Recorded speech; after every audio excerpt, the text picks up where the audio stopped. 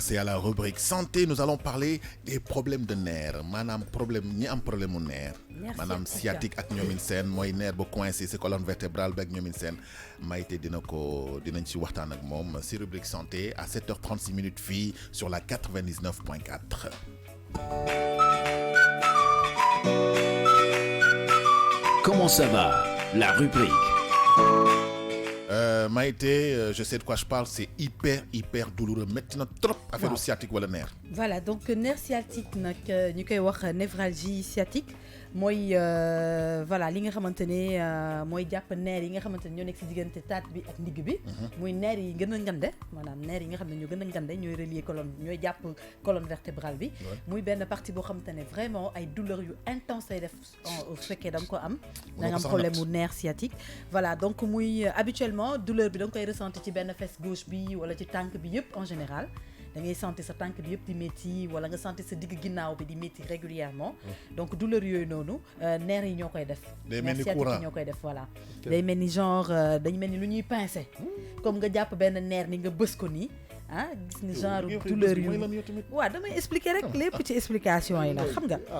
voilà donc pour dire que nerf yooyu non seulement dañu am importance ci nit parce que ñoom ñooy téye ginnaaw bi ak ndigg bi ñooy tax nga jub en fait. ñoom ñooy tax yow nga jub. moo tax en général ñi am problème mu nerf sciatique régulièrement dañuy xuuge. wala loolu. tout le temps nag leen di fekk ñuy xaw a mel ni ñuy abaissé wu parce que tout simplement nerf bi en fait dafay tendre da gën a tendre et du coup dafay métti à un point où tu es obligé nga wut positionnement booy def pour mun a bañ ko sentir. am benn confort daal. voilà am benn confort boo xam te ne moom ngay def pour mun a nekk à l'aise donc muy voilà muy. nerf boo xam ne ci autouru vertèbre lombaire bi lay nekk. donc en général ñi koy am régulièrement dañuy sentir mal à l'aise xam nga ngay am douleur boo xam te ne doo xam douleur bi fan la jógee. xam nga loolu moo gën a métti mooy tu as l'impression parfois que ne côté bii la fekk du côté boobu côté bee la wala nga am impression que sa tànk bi dafa diis doo sax mun dox parfois da ngay diri sa tànk. mu mel ni courant. voilà mu mel ni genre courant la. alors que voilà day crampe. te li si gën a graaw bu la dalee tu as l'impression que ni dafa am benn affaire buy dox ci sa biir tànk bi. dafay masse. non dafa métti. day ñëw fii nga foog ne fii mooy métti nga jékki-jékki moom daal dafay circuler rek. voilà loolu jaaxal na ma te dégg naa aussi ne amul traitement am na traitement boo xamante ne dala koy calmer mais lu koy faj à 100% peut-être ay opération en général ñi ko am. dañ leen di mettre sous kii antibiotique piqûre boobu nu mu tuddati sax bu saf bi. extensive si moom lañ leen di defal. dose des fois ay 2.400.000 wala yooyu ñu jël ko à répétition. bon en fait en général ñi am nerf sciatique dafay mel ni nerf bi dafay irrité wu en fait. donc day irrité wu donc tout le temps tu as mal tout le temps dafay mel ni voilà il y a un pincement boo xam te ne dafay am donc en général ñuy wax ne hernie hernie discale la donc muy benn sensation boo xam te ne comme ni ko kii di waxee rek ni que c'est très désagréable dafay xëcc en fait nerf bi day tendre boobu noonu muy def noonu dafay tax yow da ngay am inconfort ak douleur boo xamante ne bon comme toutes les douleurs parce que lépp loo xamante ne dafa anormal tamit ci nit dafa métti. métti lay am voilà métti lay am na ñoo xamante ne daanu moo leen koy def am na ñoo xam ne choc moo leen koy def causes yi bëri na. lépp dépendre na am na ñoo xamante ne mauvaise posture maanaam nga tàmm di toog boo xamante ne baaxul xam nga nit ñi dañuy yaakaar ne toog da ngay ñëw rek toog nu mu la neexee. am na ñoo xam foo leen fekk dañuy lem seen yaram yi. comme man. comprendre nga foo leen fekk dañuy lem seen yaram yi donc c'est-à-dire que ñoom duñu xam nga dañ koy wax sax naan des fois sa ndigg ni naan sa colonne vertébrale bi dafay déformé wu par position bi ngay toogee mais yow imagine toi loo xamante ne relais bi nerf yi ñooy relier colonne vertébrale bi ak taat bi maanaam mooy li nga xamante ne mooy tax nga jub bu fekkee ne yow sa bopp sa toogaay jubul mais da ngay pincé da ngay coincé nerf bi coince boobu noonu ngay coince nerf bi nag mooy waral nag ngay am douleur yu intense yooyu noonu te c'est très délicat parce que loolu nerf yooyu imagine toi mu dagg day lâché mais nerf yooyu bu daggee mooy musiba naaru laay mooy yow moom boo moytul paralysie ngay def. absolument. ouais bah oui c'est des causes de paralysie. léegi man li ma bëggoon laaj rek par rapport ak nerf yi comme li nga wax ne ma causes yi ak loolu la. mais d'habitude amul tranche d'âge c'est-à-dire dafa nekk loo xam ne mun na dal nit à tout moment wala dafa am benn âge boo xam ne si la ko nit comme li ñuy wax ay prostate boo demee ba mooy 45 ans ak yooyu lay commencé ñëw 50 ans.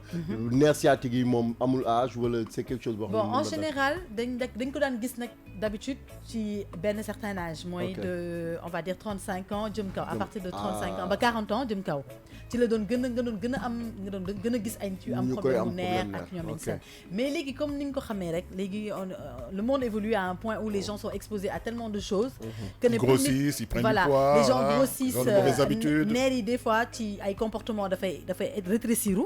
Donc les nerfs yi dañuy am problème mu rétrécissement. Donc buy rétrécir effectivement da ngay am problème mu nerf sciatique. Donc ak yeneen aspect comme li ma wax sànq ay choc yoo xamante ne da nga koy def mauvaise posture du toog ci yenn position yi ñi nga xamante ne dañuy liggéey par exemple ci centre d'appel nga xam ils sont tous les jours obligés d'être assis sur une position. Même secrétaire yi Donc, bureau yi. secrétaire au bureau yi ñi nga xamante ils sont toujours assis dans les bureaux nga xamante ne habituellement Ak ñi tailleur la ñuy yi. toogee. ok Surtout. am na position boo xamante ne da nga koy toogee da ngay xëcc sa ne da ngay agresser sa nerf bi comprendre nga toog dafa war a jub nit boo toogee da nga war a jub pour mun a permettre sa colonne vertébrale maanaam sa colonne damay toog bu vertébrale baax jub ah nerf yi tamit nekk ci posture bi nga xamante ne nii mooy baax na posture nii ma normale toogee nii ñu yeggali. voilà li nga toogee mu ne Pan, ma pan, pan. Seydina rey naa la yow. damay laajte rek est-ce que tamit fii doo amaat combat doo amaat combat Non, tamit bon nañ ko yemale foofu revanche Pawlish Ouzin dama Voilà. la mujj dama la Donc, bëgg a may congé. te yemul juste ci comportement bi nga xamante ne moom ngay am ci sa attitude am na benn inflammation boo xam ne tamit mën nga ko am ci sa nerf yi donc ñu koy wooyee inflammation piriforme donc inflammation boobu tam mën na la indil ay problème mu nerf sciatique Ok.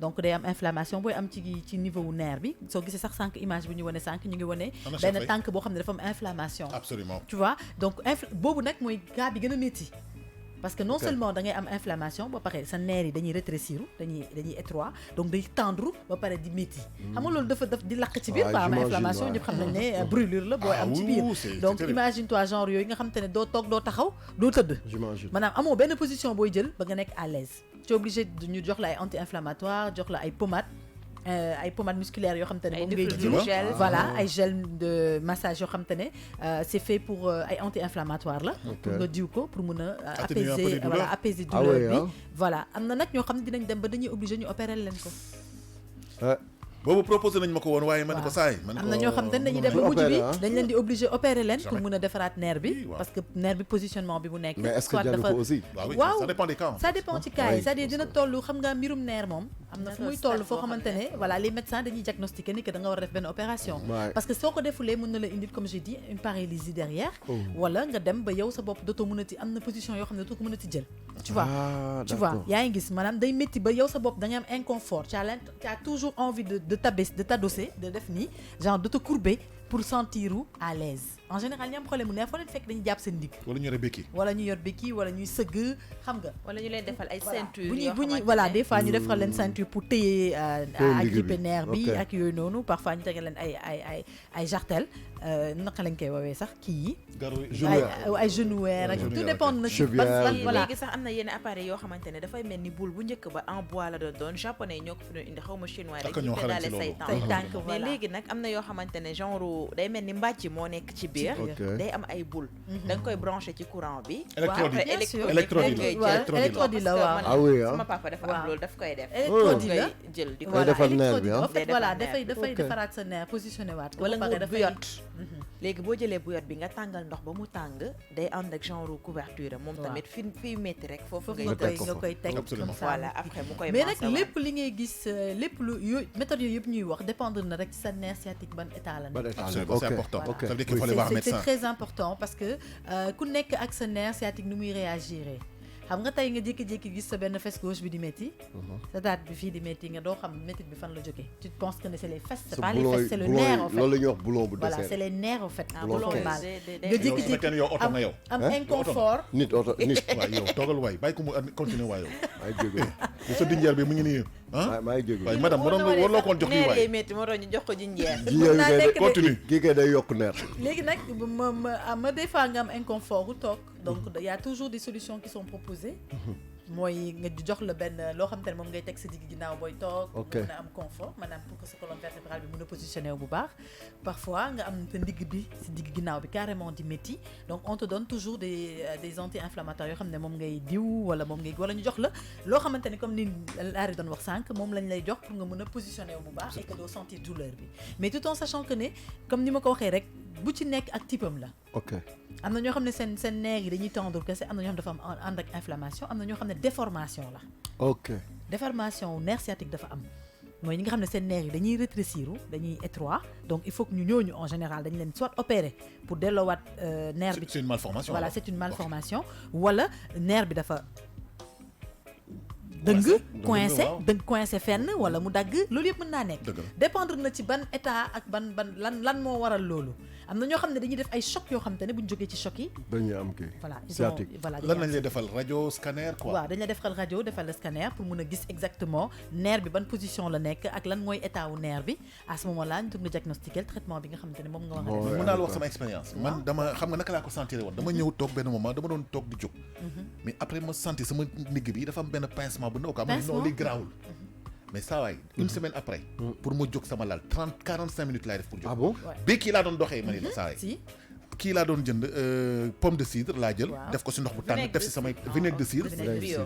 def ko def si sama tànk waaw après xoolal jël ñu ngi nii di ko anti-inflammatoire wane. voilà def si anti-inflammatoire waaw ak benn antidouleur puissant boo xam ne dañ ma ko doon injecté parce que Injecté. douleur bi Ah ouais? Extensiline lay kenn doon. mënu ko imaginer bul sonn loolu man moom daloon may ça m'arrive de temps en temps damay jékki-jékki j'ai l'impression que sama benn tànk bi comprendre nga dama ko daan jàmbat régulièrement fii que sama benn tànk bi dafay métti damay jékki-jékki benn partie tànk bi nii jóge ci digg bi taat bi Wàcc. dem ci suuf j'ai l'impression bàyyi leen si xel de dem leen seeti médecin su leen voilà dalee te daf may nerf kii sciatique dëgg ku mu dal li àll wax rek way mën nga toog weeru yàlla doo dox doo dox Ah looy ouais? def dañ la koy Dañ def la 3 koy mois defal. doxuma mën nga Ouais. dem ba dañ lay defal sondage parce que doo mën a jug C'est di dem pas di def possible. ci lépp li nga bëgg ah oui moo tax ma ne Faye, nerf 3 mois sciatique joxuma nerf sciatique bëri Béki. na ay type au fait dépendre na ci nit ki sa état wu nerf bi rek donc moo tax dañ la defal scanner defal la rajo pour mun a xam exactement état wu nerf bi donc causes yi nag bëri nañ mën na nekk ci mauvaise posture mën na nekk ci benn nu mu tuddati Anomalie. pincement anomalie ak loolu yëpp mën naa nekk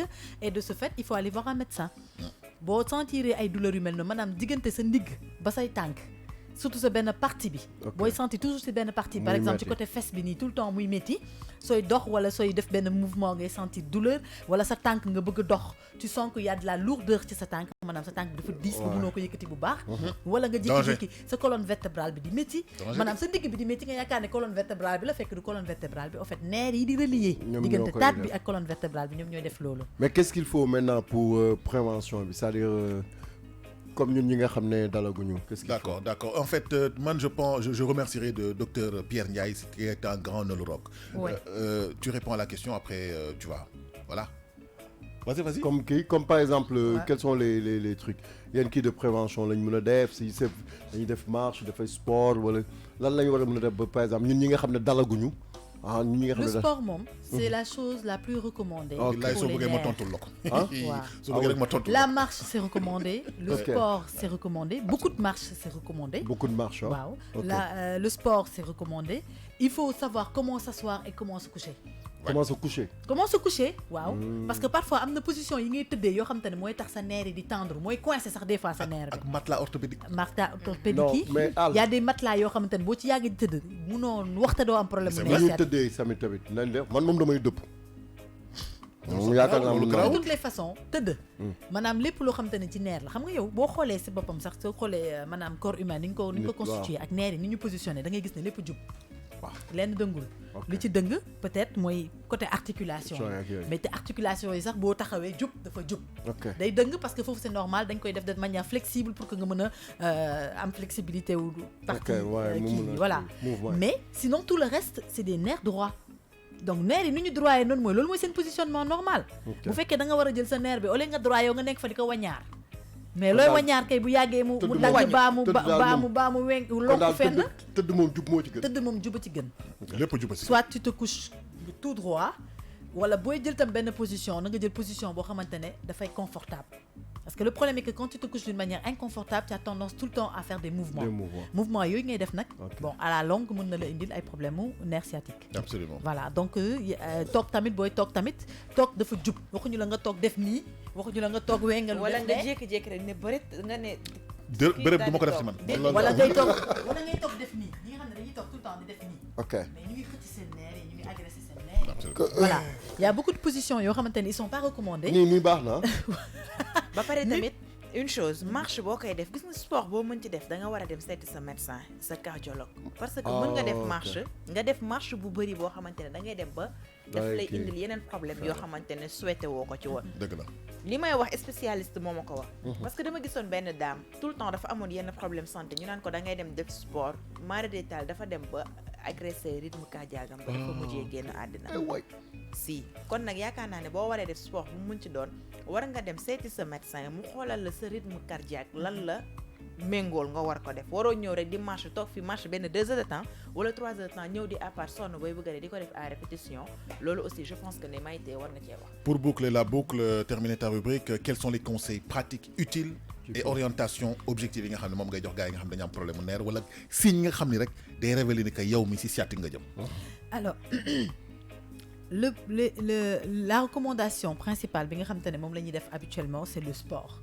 Le sport il est très recommandé, la natation. Oui, l'aquagym. L'aquagym, donc la gymnastique, la marche. Yooyu c'est des sports qui sont très bien recommandés par rapport ak ñi nga xamante ne dañoo am problème mu nerf sciatique. En général dañ lay wax ngay dox lu bëri di def marche pas dox distance bu gudd mais dox benn distance boo xamante ne di nga ci dox ba sentir sa bopp sentir ne féex nga et tout nga delluwaat soo demee tu prends un bain chaud nga jël say tànk nga xooj ko ci comme li nga wax sànq vinaigre de cidre boobu noonu nga def ko ci biir ndox bi nga xooj say tànk nga bàyyi ko sa tànk yi ñu relaxé wu. De préférence bio. Voilà donc vinaigre de cidre forcément bio. bio am na yoo xamante ne nag du bio. du bio.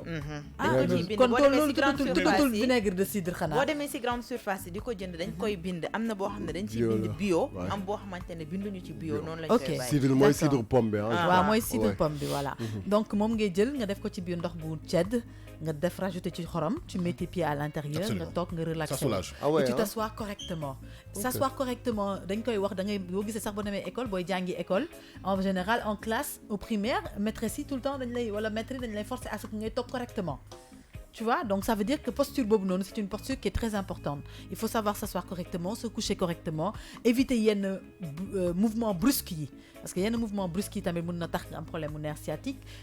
Quand tu fais un choc nit boo defee benn accident benn choc demal ñu defal la scanner parce que choc boobu sax mën na indi soit benn déchirure wala benn coincement boo xamante ne moom la nerf bi di am ak y a plein d'aspects yoo xamante ne mën na am donc nit ku nekk quand tu sens que ne sa digg ginnaaw bi sa benn partie ginnaaw bi maanaam côté fesse bi jëm ci tànk bi mu ngi métti régulièrement waxuma méttitu benn fan parce que méttitu benn fan mën na nekk peut-être da nga tëdd bu baax nga yeewu mu xaw a tirer tuuti mais loo xamante ne dafa fréquent wala chaque de temps à autre da nga koy sentir wala nga jig-jig am ay lourdeur ci sa tànk mooy nga bëgg a dox mënuloo dox ak yooyu yëpp dawal gaaw nga dem seeti médecin donc neurologue yi ñoom dinañ la xool bu fekkee dafa jar ñu defal ay scanner ak ay rajo ak ñoom seen dinañ la ko defal ñu mun la defal traitement bi nga xam te ne moo adéquat nga mën a soulager wu su fekkee ay médicaments pour te soulager lañ lay jox dinañ la ko jox bu fekkee ay pommade la pour te soulager dinañ la ko jox te nit ñi dañu bàyyi bu ñu sentiree benn douleur ci benn partie seen yaram rek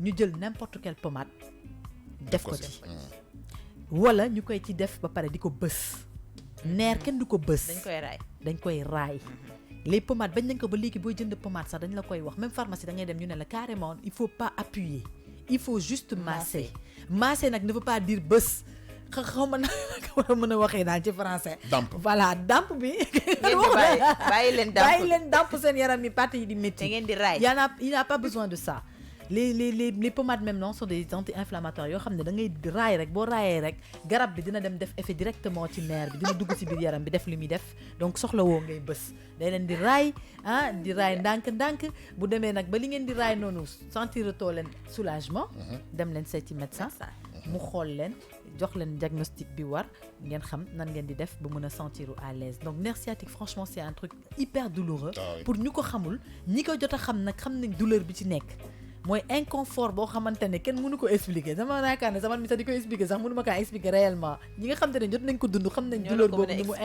insupportable voilà te ngeen yóbbaale seen carnet de santé boo leen di def ci médecin bi est-ce que laari moom tey moom rubrique bi tey tey moom dafa mel daa gis boppam ci rubrique bi c'est que nag c'est parfois c'est comme ça parfois tu vis avec quelqu'un qui a ce genre de maladie ou bien yow sa bopp tu l'as subi donc du coup da ngay gis sa bopp ci biir da ngay pas subi man dund ma ko sax mais dama dëkk ak koo xamante ne daf koy dund waaw bien sûr man ma maman elle a le même problème avec son pied aussi donc voilà c'est fréquent donc li may wax sànq on le voit plus sur des personnes habituellement chez les personnes âgées yi nga xamante ne ñoom à un certain âge dañuy am problème mu nerf sciatique mais c'est fréquent chez les jeunes aussi à cause de niveau de vie bi ñu am voilà on est très dispersé on est très à la voilà voilà donc nul n'est à l'abri de ce genre de maladie bu ñu yaakaar ne mag ñi rek lay dal donc xale yi sax mën na leen dal. merci beaucoup Tata Maïté ni ñu doon wax ci affaire sciatique nerf lu metti lool recommandation yi ak conseils yi borom jabar yu bëri yi tamit jël leen ko